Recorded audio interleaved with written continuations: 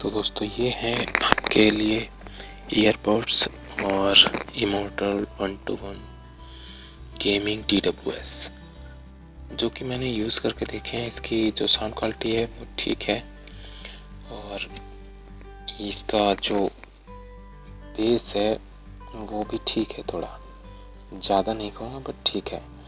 और कानों में पता नहीं चलता कि आपने पहने हुए बहुत ही हल्के लाइट वेट हैं। तो ये एक अलग ही डिज़ाइन दिया हुआ है इसका, आपको लेने चाहिए ज़रूर।